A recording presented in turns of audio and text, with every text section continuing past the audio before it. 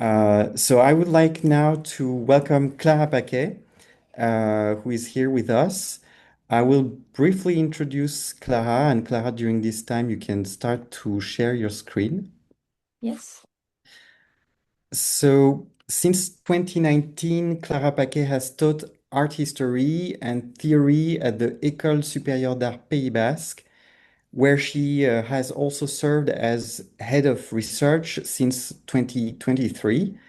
In this role, she leads the development of research frameworks in art, supports collective initiatives led by faculty and artist researchers, and fosters connections between pedagogy, artistic practice, and knowledge production.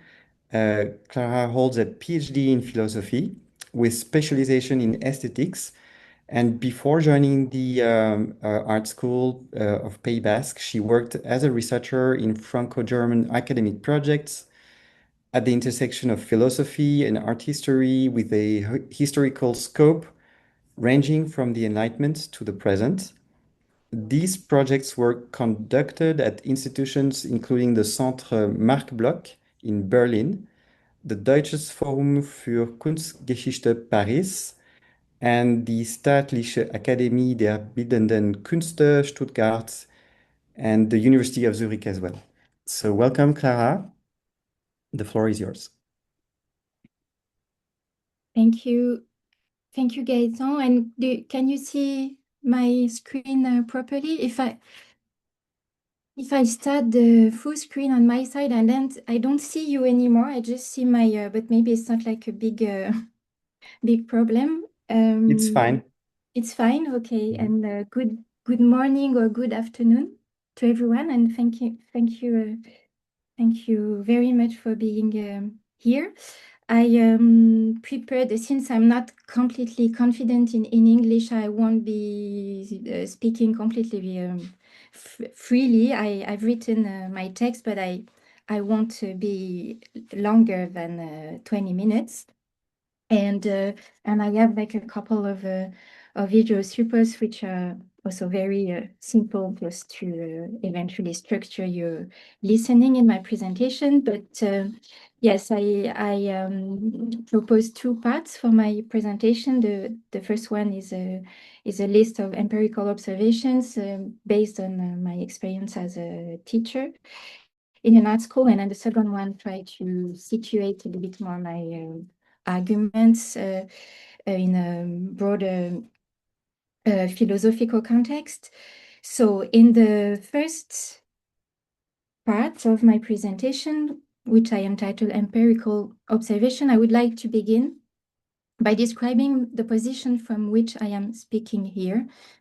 It is not that of a specialist on this question. I am very unfamiliar with the subject from a technical or theoretical point of view. I only vaguely distinguish, for example, the distance between symbolic AI built on language models and connectionist AI, which are said to imitate neuronal connections. The point of view from which I can speak today is that of my experience as a teacher in a higher art school, who has seen its activity evolve in recent years since the arrival of AI assistants. First of all, I would like to clarify that I am a teacher theorist and not an artist, which is not a minor detail in an art school, because my role is to train students in analytical tools in writing and reading, and to offer them an education that equips them both historically and conceptually. I am therefore speaking here about the uses of AI with regard to writing and not to image or sound. I have followed an academic path, and my dissertation was devoted to the relationships between aesthetics, psychology, and anthropology in the work of a German Enlightenment author, Karl Philipp Moritz, you can see here, who was at once a psychologist, grammarian, and art theorist. I just show you, for instance, the title page of a magazine he founded, one of the first one in the German context for empirical psychology, which is a very important part of his theory works. And the core of my PhD aimed to analyze in this author the dialectical relationships between, on the one hand, the fragment, the trace, and the ring, And on the other hand, completion, totality, autonomy, as observed in the definition he developed of the work of art. I specify this point because I believe that the relationship both to the trace and to the totality arises in the uses we make of AI. But also, I wish to emphasize that the context of Enlightenment philosophy, and in particular the importance it gives to the autonomy of the subject in its capacity to produce thought, continues to structure my thinking. Immanuel Kant, in his short text entitled What is Enlightenment? Was ist Aufklärung? Began as follows: Sapere aude, dare to think for yourself. The use one's own understanding is an act of courage, a gesture of appropriation, and defending the absolute capacity of all to develop capacities for thought and analysis as profound and decisive political consequences for the very possibility of a constructed public space and a democratic functioning. Thus, teaching theory in an art school implies a position which, although it is fascinating because it generates frictions and hybridizations between theory and praxis, also proves to be deeply unstable, even uncomfortable. Indeed, most students enroll in art education in order to work in the studio, to use their hands, to develop technical knowledge, etc. However, much theory may be presented as a toolbox that allows them to develop their projects and to clarify their practice and gestures. It nevertheless remains perceived by a large majority of students, and sometimes from colleagues too who are practitioners, as a constraint, as an intrusion of academic knowledge into art schools, which are considered less academic spaces, but also a form of authority, I mean, in this case for theory, that would lock formal experimentation through discourse. Moreover, most students, or in my case, most of my students, maybe we'll discuss this, but are not very comfortable with reading and writing, and I would say also less and less, and asking them to produce written work amounts to a daily struggle. Teacher theorists like me must develop various strategies in order to initiate even a minimal practice of writing, whether analytical or more free or creative. Faced with this bad reputation, I would say, of theory in art school, and I'm kind of depicting a caricature of those. I'm forcing the situation, but I would assume that theory in a way has a kind of bad reputation in many art schools as a first perception. And one can easily imagine that to what extent AI has represented for many students a relief and therefore a convenience which has nevertheless instantly become devastating to me. So now I'm developing a bit what I'm observing in my everyday life as a teacher. My daily teaching activity essentially consists of conducting various research seminars organized around annual themes, supervising the thesis that master students are required to produce during their studies, as well as providing pedagogical support for research, exhibition, or publishing projects. In this context, the arrival of conversational programs such as Gemini, ChatGPT, Claude, DeepSeek, etc., has further reinforced the difficulty of writing and has therefore marginalized it. While I observe the use of AI to write texts that respond to pedagogical situations, texts directly linked to my teaching, I also notice a massive use in everyday communication. The slightest email is run through a ChatGPT machine, a practice which, in my view, goes so far as to damage the relationship that is established between the students and myself, since it becomes externalized, managed by the third party, moreover, a large, in the case of ChatGPT, which is the most used one in the case of my students, a large international company that feeds on all of this data, which ultimately comes to feed the beast. Somewhat unexpectedly, I now find myself appreciating spelling or syntax mistakes and all other forms of awkwardness in expression, because they are the sign of a materiality, but of a brain at work, performing thought, even if imperfectly. ChatGPTized writing, on the other hand, is always neutral, under control, but without flavor, and I now have a particularly trained eyes for recognizing text written but also edited by artificial intelligence, which consists in an operation of flattening and standardizing expression style and the form given to ideas.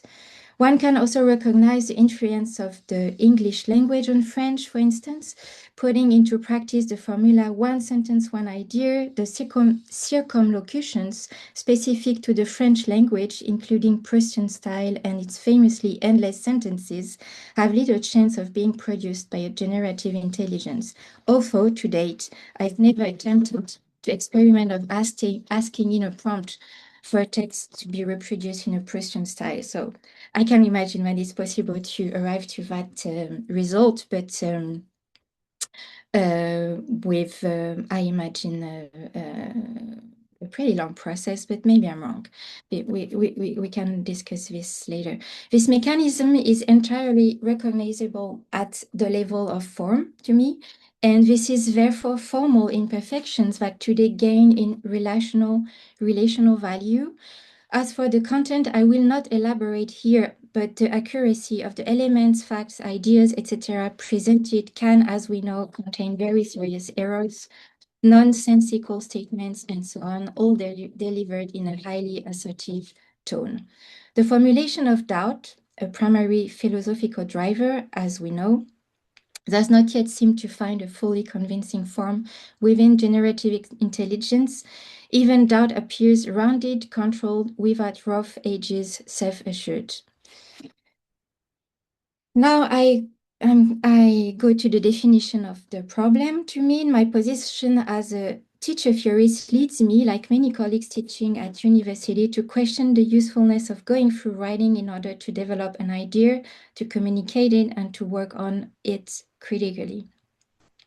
The stakes of written assignments have been radically emptied of their meaning, and the use of AI has radically disrupted notions such as authorship, copying, plagiarism, and personal reflection. Thus, the industrialization and automation of mental activities through the statistical processing of written data restore a central importance to orality, to thought in the process of being formed, and therefore to pure, unmediated presence. Furthermore, does the industrialization and automation of minds modify our relationship to alterity, with potentially disastrous consequences for a dialectical, shifting, complex, and indeed conversational conception of intelligence, both collective and individual? Now I'm coming to the second part, where I would like to situate my reflections within a broader philosophical field and to recall that the questions raised by the irruption of AI into our relationship to thought are not entirely new. And I'm sorry if I repeat elements that for sure which are very well known and very classic in the way of questioning the situation we are now with the written use of artificial intelligence. But the first part would be so dedicated to this famous Plato's dialogue. Phaedrus dialogue. In this dialogue, Plato expressed concern about the use of alphabetic writing, which in his time, in the 5th century before Christus, was spreading within a society essentially based on oral culture. At the time of Plato, alphabetic writing appears as a first technique for the automation of knowledge. In Phaedrus, Plato, through the intermediary of Socrates, recounts the myth of the invention of writing and identifies 3 main reasons for not seeing it as progress. First, he argues that trusting writing reduces our capacities for memorization and encourages complacency by making us dependent on sources of knowledge external to ourselves. The result being the appearance of wisdom, but not its reality. Secondly, since written discourse is fixed, the art of dialectic and its questions can neither clarify nor refine it. It always signifies one and the same thing. Finally, texts like paintings cannot adapt by themselves to the needs of the competences of different audiences. I quote, once written, each discourse rolls about everywhere, laments Socrates, indifferently among those who understand it, and likewise among those for whom it is of no concern. It is nevertheless essential to understand that Plato does not condemn the technique of writing as such, but rather that he is concerned about its use by the sophists, those manipulative rhetoricians, we would say populists today, who make a deleterious and dangerous use of the potential for persuasion and domination represented by the writing of speeches. Because it is stable and fabricated, non-living and deceptive like an image, written discourse can control the reception of meaning and images by an audience. But writing is not bad in itself, it is a pharmacon. This is to say, both a poison and a remedy. It is through its use that it can become virtuous. Faced with this, Plato, through Socrates, understands the invention of philosophy as a reaction against the sophistic use of words and ideas and therefore of writing. One could even push the analogy further and say that if Plato created the academy in order to guarantee an intelligent, rational, and dialectical use of writing, it would be highly desirable today for places of training and education, like the one I'm working at, to take measure of the vital character for our societies and for the capacity of the citizens to think of a critical accompaniment of our uses of AI. Sorry, it was number 2. It's 1, but 2, Derrida and the Phenomenology. And in his essay entitled Plato's Pharmacy, Derrida is precisely concerned with the deeply ambivalent nature of writing. It is a tool that can be placed at the service of manipulation, but which can also, and above all, when well used because well taught, be placed at the service of a search for truth based on a practice of knowledge that is necessarily dialectical, complex, shifting, full of alterity and interpretation. For Derrida, writing is a complex system of traces, of differences and interpretations. It is traversed by different temporalities and is of a nature just as dialogical and open to alterity as speech. Derrida questions the long tradition from Plato to Rousseau, which privileges speech over writing, speech being considered more authentic, truer, and less deceptive. But he questions it in order better to link the two. This understanding of writing in Derrida must be situated within the phenomenological tradition. Derrida devoted his first book to Edmund Husserl, entitled Speech and Phenomena, La voix et le phénomène in French. The question of orality is obviously central here, and within the phenomenological lineage, it is the importance of pure and total experience, which first passes through the body, that is considered a first stage of knowledge. To immediate experience is added the crucial importance of interpretation, which consists in a reading of traces, imprints, clues, physical signs. This activity of reading, even in the praxis of immediate and spontaneous speech, without adornment, is, according to Derrida, always already a matter of reading and therefore of writing. I do not have time to develop all these aspects in detail here, but it seems essential to me to recall that for this philosophical tradition, which one could link to hermeneutics or even to the microhistory carried out by the voice of the Italian historian Carlo Ginzburg and his evidential paradigm, experience and the materiality of science and their interpretation are essential to the activity of knowledge and thought.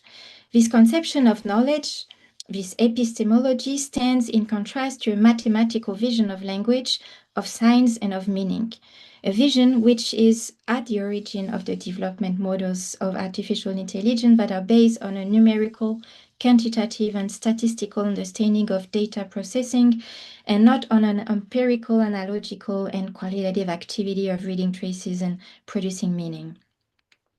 So in conclusion, finally, I would like to return to the simultaneously automated and externalized nature of the use of AI in the production of written content. The relationship to the machine, itself constructed on a computational paradigm, evacuates the physical and biological dimension of the act of thinking as it emerges in the act of writing, writing as a process. Writing, of course, presupposes that one refers to pre-existing models, to tradition, an assimilated and learned culture. It is never purely unprecedented, but rather a reconfiguration of paths of thought and ideas that pre-exist the writing subject. Moreover, in the same way as a process of collecting and accumulating data, can books and libraries not be considered in a certain sense as former forms of data centers? The same applies to the speaking subject. This is the meaning that should be given to Derrida's famous phrase, writing precedes speech. Text and context always precede the slightest spoken utterance, which only takes one meaning against the background. What seems to be put at risk today, to return to the Enlightenment and to Kant, is the autonomy of thought of the subject, both writing and speaking. Writing can be thought of as an autonomous activity which has its own law and engages a writing subject. Artificial intelligence, by contrast, belongs to an automated activity. It operates on the basis of vast collections of data and produces judgments without experience or intention of its own. A loss, a retreat, a distancing from the world, from phenomena and from experience, which may prove fatal because it is at the origin of irreversible consequences in the cognitive as well as the political developments of our society. Thank you.